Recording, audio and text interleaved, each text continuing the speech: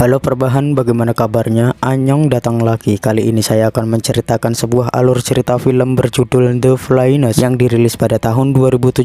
Film ini menceritakan seorang wanita yang sejak kecil sudah dilatih untuk menjadi seorang pembunuh bayaran. Lalu ia direkrut menjadi agen intelijen dan menjanjikannya kebebasan setelah 10 tahun bekerja. Namun segalanya menjadi tidak terkendali saat seorang masa lalunya tiba-tiba datang kembali ke kehidupan. Pria itu membawa masa lalunya yang kelam. Dan karena besok saya ada urusan untuk menghadiri persiapan makan malam dengan mantan, untuk itu siapkan posisi perbahan Anda, kencangkan celana dalam dan putar intronya. Slept away the morning, the things that you would miss, like laughter from the kitchen or a memory like this.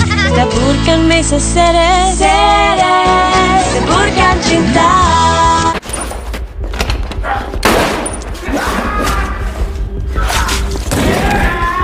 Adegan dibuka dengan brutalnya seorang diri dan mampu melumpuhkan semua kawanan gangster.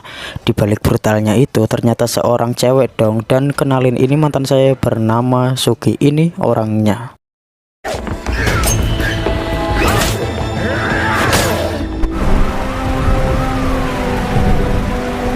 Scene berpindah di mana dia terbangun dari pingsannya. Dia menyadari ada bau gas dari ventilasi udara, membuat dirinya pingsan kembali. Sebelum pingsan, dia melihat ada petugas corona mendatanginya. Kemudian Sugi dioperasi plastik setelah tersadar dan ingin makan. Dirinya mencium gas lagi dan pingsan lagi. Adegan flashback di mana Sugi sedang menjalani latihan pernafasan saat teman-temannya sudah tidak kuat dan menyerah. Namun Sugi masih berada di dalam air dan terlihat seorang bernama Lee Jung Sanik dan menolongnya.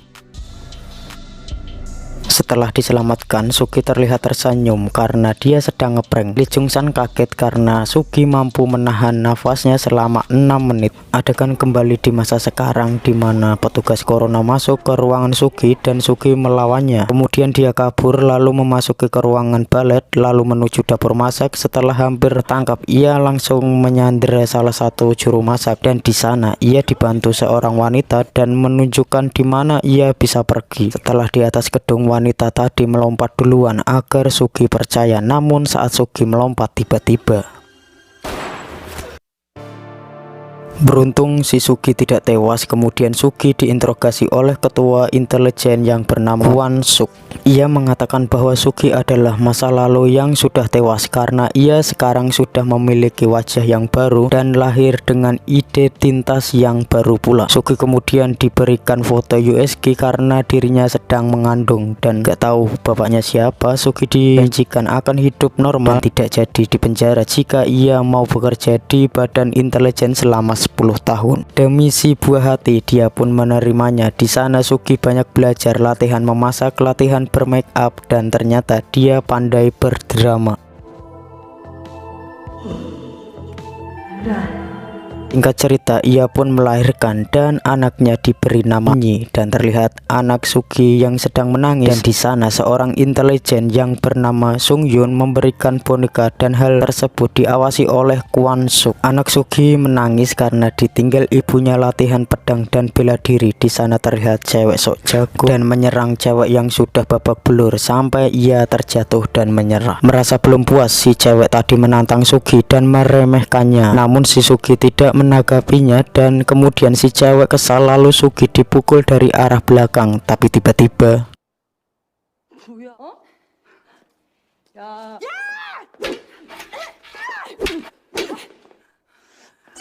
pertarungan tersebut ternyata disaksikan oleh badan petinggi intelijen termasuk Sung Yun yang ternyata diam-diam baper dengannya. Setelah Nyi sedang berulang tahun, terlihat Sung Yun memperhatikan terus, gak bosan-bosan apa ya.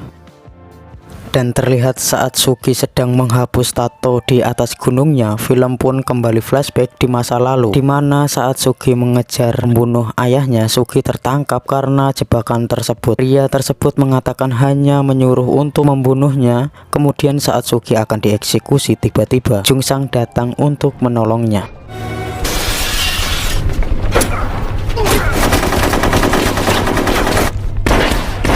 Scene berpindah di masa sekarang di mana Sugi diberikan misi pertamanya dan targetnya adalah seorang petarung samurai yang sangat hebat.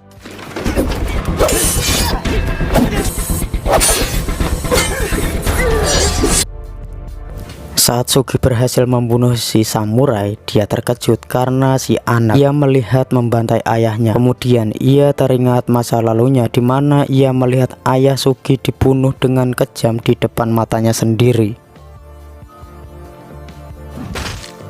Scene berpindah di masa sekarang di mana saat ia dikejar antek-antek si samurai dan kembali bertarung di atas motor.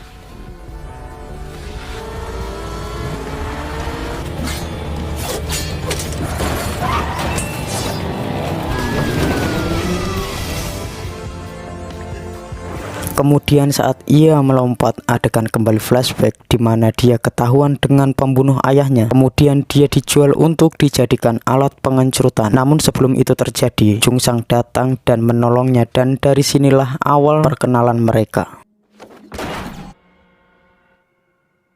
Kembali di masa sekarang di mana misi pertamanya telah sukses dan bebas dari tempat rahasianya tersebut.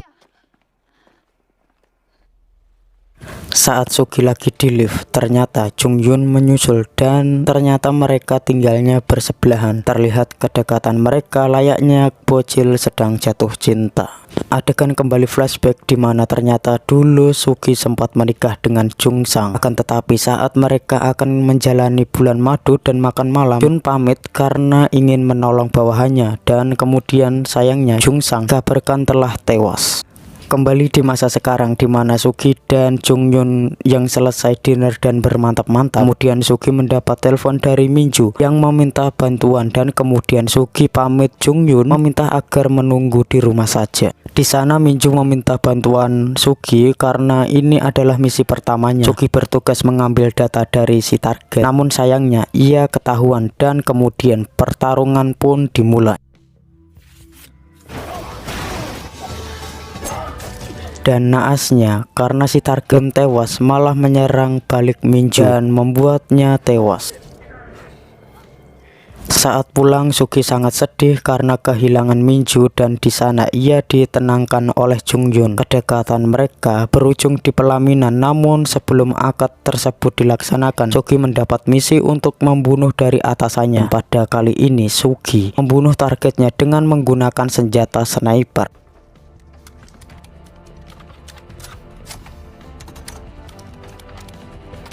환풍구를 통한 건물 4층 왼쪽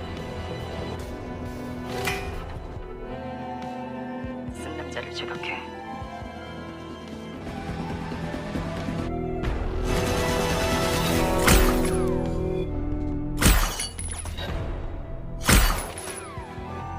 Adegan kembali flashback di mana Sugi dulu tahu jika suaminya telah tewas. Dia dengan sendirinya di markas gangster dan membantai mereka semua, sama seperti adegan di scene awal film tadi. Di malam harinya Jung Sang menyelidiki siapa yang telah membunuhnya, dan di markas ia juga menyelidiki siapa yang tengah melakukan akad nikahan di gedung itu.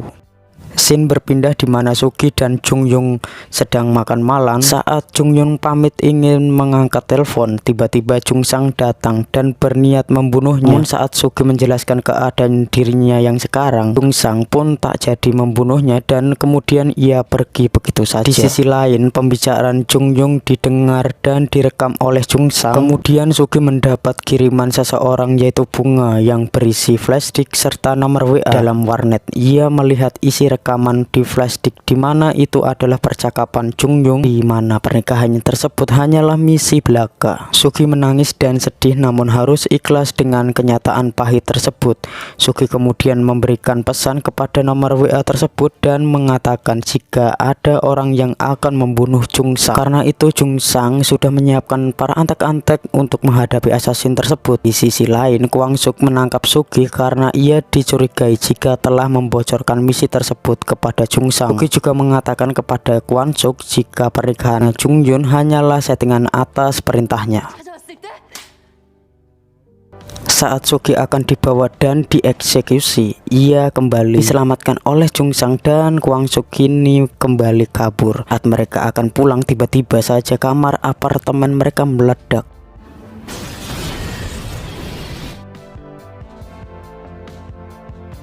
Di sana terlihat Jung Yun mencoba melindungi Enyi dari ledakan tersebut. Mereka berdua meninggal akibat ledakan tersebut. Sugi mendatangi markas Kwon Suk dan menyangka jika hal itu adalah ulahnya. Kemudian Kwon Suk menunjukkan hal sebenarnya yang telah terjadi, di mana rekaman CCTV memperlihatkan ketika Jun Yun pulang bersama dengan Nyi. Sana sudah ada anak buah Jung Sang, dan kini terungkap bahwa skenario kematian Jung Sang adalah untuk membunuh Sugi. Demi melindungi Nyi, Jun Yun kemudian menelpon Jung Sang dan mengatakan jika Nyi adalah anak dari pernikahannya dengan Sugi. Namun Jung Sang tidak peduli dan anaknya memukul Jung Yun hingga tak sadarkan diri. Dan saat ia sudah sadar, Jun Yun tak sempat menyelamatkan Nyi, dan begitulah nasib mereka berdua. Kwon Suk mengatakan dengan Sugi jika Jung Yun benar-benar mencintainya. Kemudian inilah aksi balas dendam Sugi kepada geng Jung Sang yang telah membunuh anak dan suaminya. Kemudian saat berhadapan dengan Jung Sang, Sugi bertanya apakah dulu pernah mencintainya. Jung Sang menjawab iya, namun karena aku dulu yang membunuh ayahmu, maka perasaan itu aku pendam dalam-dalam, membuang perasaan tersebut. Perasaan marah bercampur balas dendam, mereka pun kembali bertarung.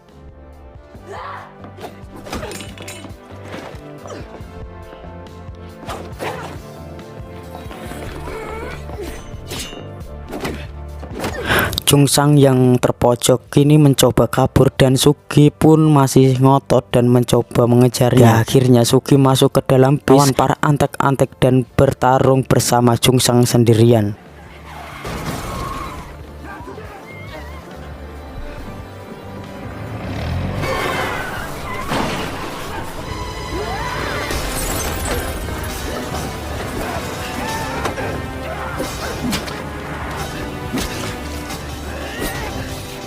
Saat Sugi berhasil melumpuhkan Jung Sang, ia sempat ragu membunuh Jung Sang, mantan suaminya dulu, karena ia sangat mencintainya. Karena Jung Sang adalah pembunuh ayahnya, Sugi pun langsung membunuhnya.